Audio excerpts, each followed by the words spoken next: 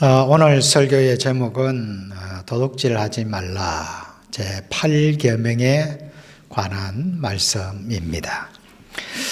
오늘날 세상 사람들은 세 가지를 아주 중요시 여깁니다. 제일 중요시 여기는 것 중에 하나는 자기 자신이에요. 자신을 참 소중히 여깁니다. 그리고 또 하나 소중히 여기는 것이 있다면 가족이에요. 가정을 참 소중히 여기죠. 그리고 또 하나 소중히 여기는 것이 있다면 재산입니다. 돈이죠. 재산을 참 소중히 여깁니다.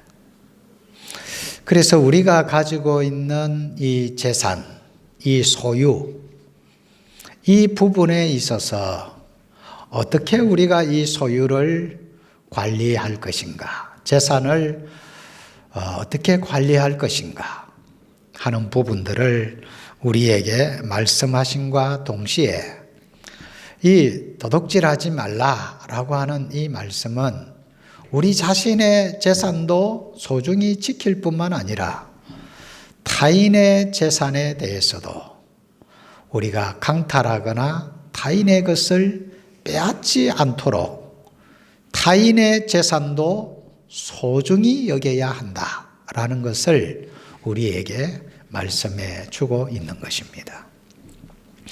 우리가 이 도둑질한다고 하는 것이 꼭 우리의 물질에 관련된 것만 있는 것이 아닙니다. 타인의 명예, 타인의 인격, 타인의 어떤 신용, 이런 것들을 강탈하는 것도 그것도 하나의 도둑질이고 잘못된 것이죠. 그래서 오늘 계명을 통해서 몇 가지를 말씀드리려고 합니다. 첫째는 이 재산의 청지기적 의식을 가지라. 우리가 소유하고 있는 이 재산에 대해서, 소유에 대해서 청지기 의식이 있어야 된다. 또 하나는 도둑질의 종류가 어떤 것일까? 성경에서 말하고 있는 도둑질이라는 것은 어떤 것들이 있을까? 마지막으로 우리에게 주어져 있는 이 재산의 부분을 우리가 소중히 지킬 뿐만 아니라 혹 다른 사람의 재산에 손상을 입게 되었을 경우 우리는 그 부분을 어떻게 해야 되는가? 이 세 가지 관점에서 말씀을 전하겠습니다. 자, 하나님이 우리에게 주신 이 재산, 소유, 물질. 하나님은 우리에게 이 부분에 대해서 소유권을 인정합니다. 하나님은 우리 각자가 가지고 있는 이 재산의 소유권을 부정하시는 분은 아니에요. 우리는 하나님이 주신 재산권에 대한 권리가 있고 이 권리를 우리가 주장할 수도 있고 처분할 수 있는 그런 권리가 우리에게 주어졌습니다. 그래서 하나님이 우리에게 주신 이 재산권은 우리가 임의로 주장할 수도 있고 처분할 수도 있고 또 우리가 그 부분에 대해서 관리할 수도 있습니다. 그러나 아울러 우리에게 주신 이 재산은 우리가 마음대로 사용해도 되는 것인가? 그건 또 아니라는 거예요.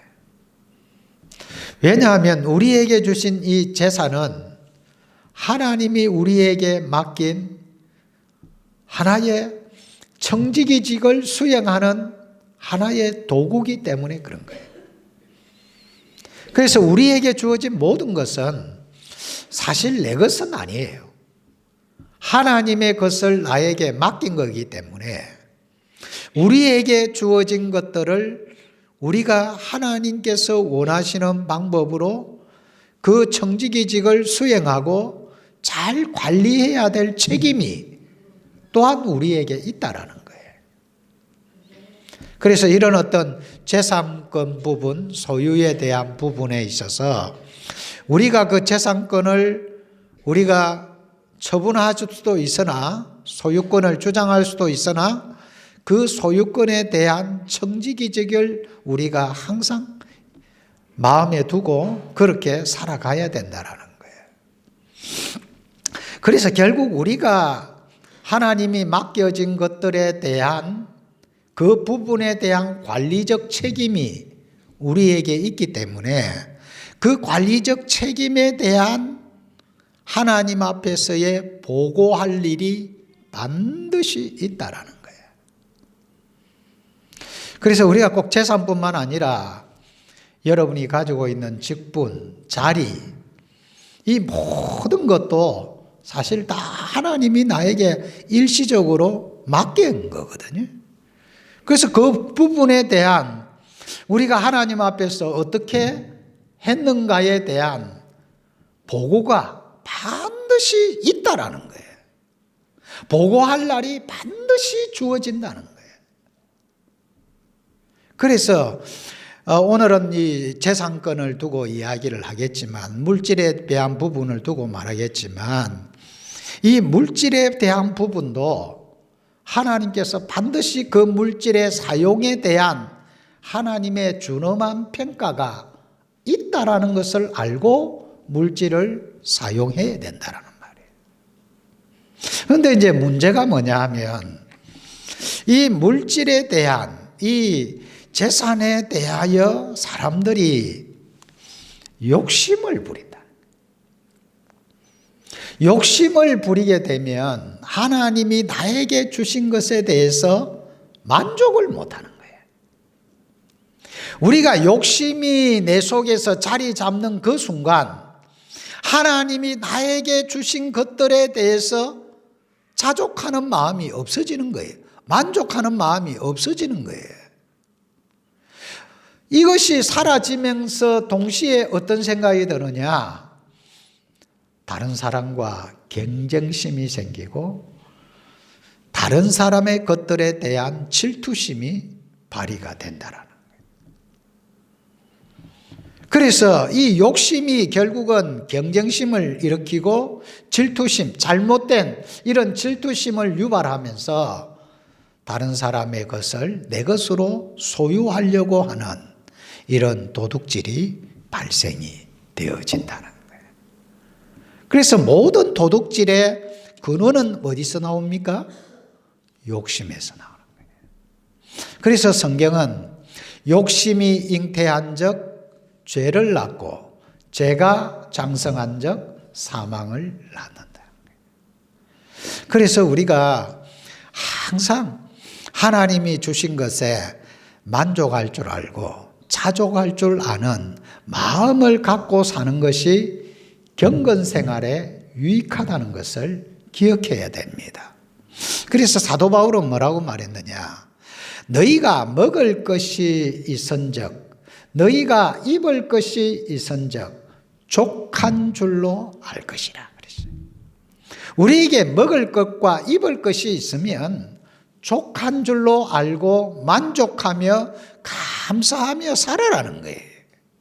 여기서 지나치면 욕심이 생기게 되고 욕심은 결국은 질투심으로 연결되어서 다른 사람이 가지고 있는 것을 빼앗고 소유하려고 하는 잘못된 죄를 범하게 된다라는 것입니다. 그래서 여러분, 우리가 우리의 하나님이 주신 것을 잘 관리도 해야 돼요. 잘 지켜야 된다 그 말입니다.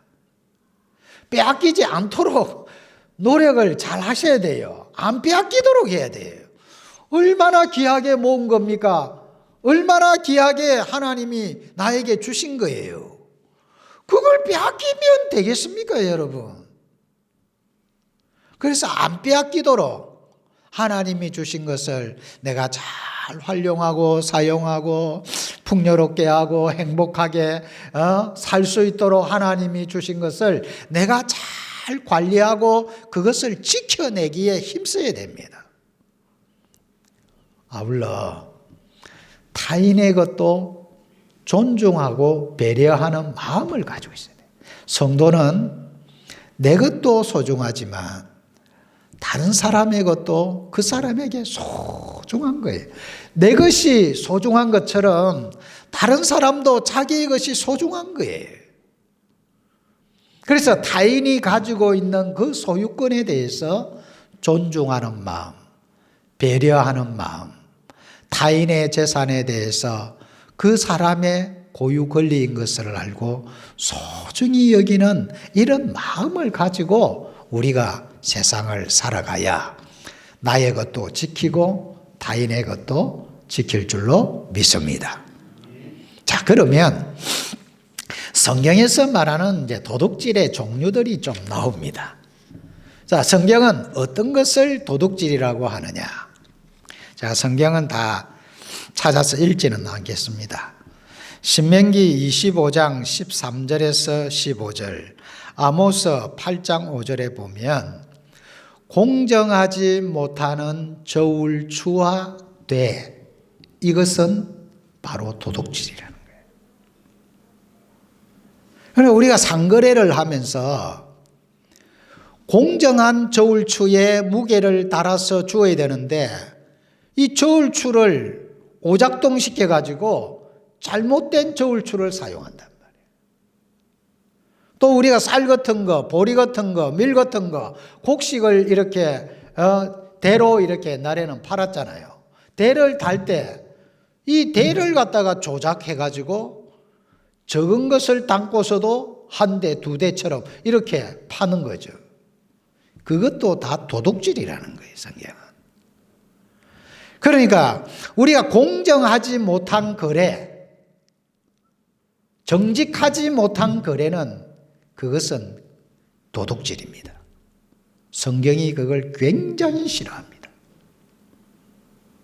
자, 두 번째는 우리가 다른 사람의 돈을 빌리잖아요. 그 돈을 빌려놓고 돈을 안 갚는 것, 이것도 도둑질이에요.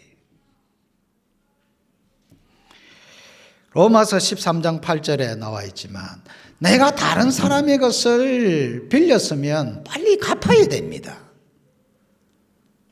그런데 다른 사람이 빌려놓고 안 갚고 있는 거예요.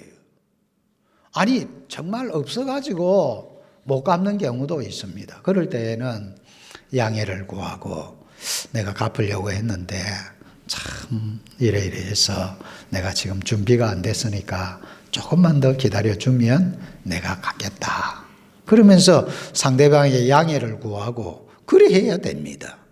그런데 내가 갚을 능력이 있어요. 쓸 건 내가 다 씁니다. 그리고 남에게 빚진 것을 안 갚는 거예요. 그것도 도둑질입니다. 그것도. 남의 재산권을 내가 마음대로 하고 있는 거예요. 그거 안 된다는 거예요. 자, 세 번째로는 다른 사람의 신용을 훼손하는 것도, 이것도 도둑질입니다. 여러분, 신용이 참 중요한 시대입니다. 오늘 시대에. 그런데 타인의 신용을 훼손시키는 경우가 있어요. 악의적인 어떤 악담을 하고 상대방의 신용을 떨어뜨려서 상대방을 비난하고 하는 것도 결국은 그 사람의 신용도를 떨어뜨리는 거예요. 그것도 뭡니까? 그것도 남의 신용을 빼앗는 거예요. 그것도 그것도 도둑질이라는 거예요. 그래서 함부로 다른 사람의 신용을 평가하고 평가절하시키는 이런 일을 해서는 안 된다는 거예요. 마지막으로 또 한 가지만 더 이야기하면 하나님의 것을 훔치는 것도 그게 도둑질이에요. 그 말라기서 3장에서 언급한 대로 하나님의 것을 도둑질하는 것, 그것도 도둑질입니다. 그게 대표적인 것이 11조와 헌물이라 그랬어요. 하나님 앞에 마땅히 드려야 될 11조를 내가 안 드리, 그 하나님의 것을 내가 도둑질하는 거예요. 하나님 앞에 절기 때 반드시 드려야 할 절기헌금 내가 도둑질해 버려요. 드릴 수 있음에도 불구하고 안 드리는 거예요. 마땅히 드려야 될 헌금을 안 드리고 내가 다른 데 다 유용해 버리고, 그건 하나님의 것을 도둑질하는 거예요. 이런 도둑질을 하지 마라. 성경이 언급하는 것은 이거 해서는 안 된다는 거예요. 그러면 우리가 고이든 혹은 나도 모르게 남의 것을 혹시나 이렇게 내 것으로 내가 취한 일이 있다고 하면 성경은 어떻게 해야 되느냐? 한번 따라 하십시다. 배상해야 된다. 반드시 갚아라는 거예요. 남의 것을 내가 빼앗았으면 반드시 거기에 대해서 배상을 하라는 거예요. 이게 도둑질한 사람의 그 도둑질을 변상하는 것이 그 도둑질을 갚는 거예요. 그래서 우리가 남의 것을 이렇게 안 해야 되지만 실수하거나 혹은 또 잘못된 마음을 가지고 남의 것을 내가 취득했으면 반드시 갚아내라는 거예요. 그것이 뭐냐? 내가 남에게 것을 내가 빼앗았으면 그걸 변상을 한다는 것은 내 자신이 잘못됐다는 것을 스스로가 인정하는 거예요. 내가 변상한다는 것은 내가 잘못했습니다.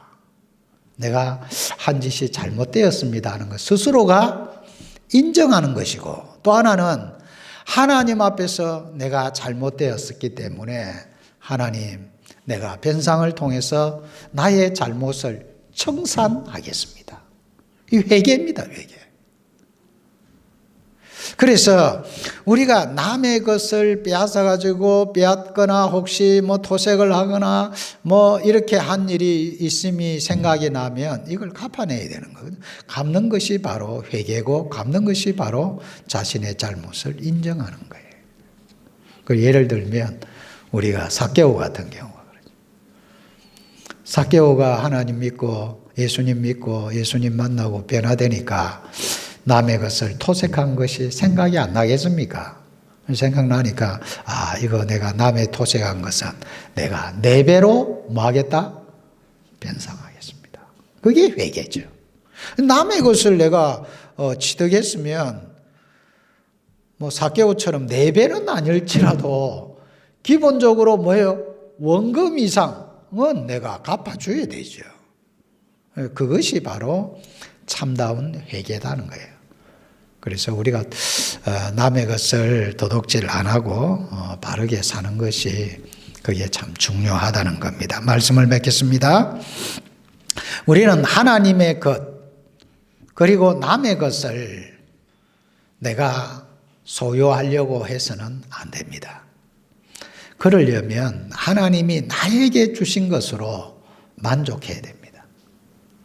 나에게 주신 것으로 감사해야 됩니다.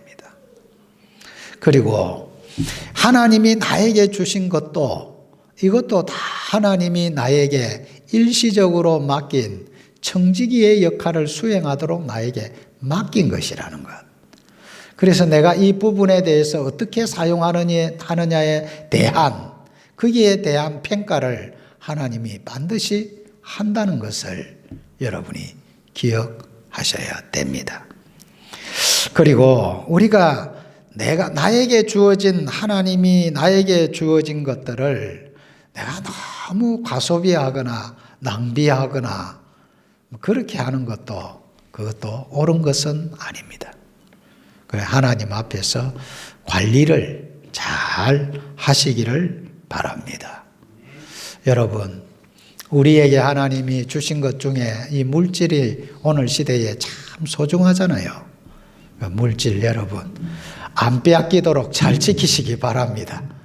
그리고 또 남의 것도 잘 보존해주고 지켜주는 그런 배려 있는 양심을 소유하는 그런 복된 성도들 되시기를 주님의 이름으로 축원합니다.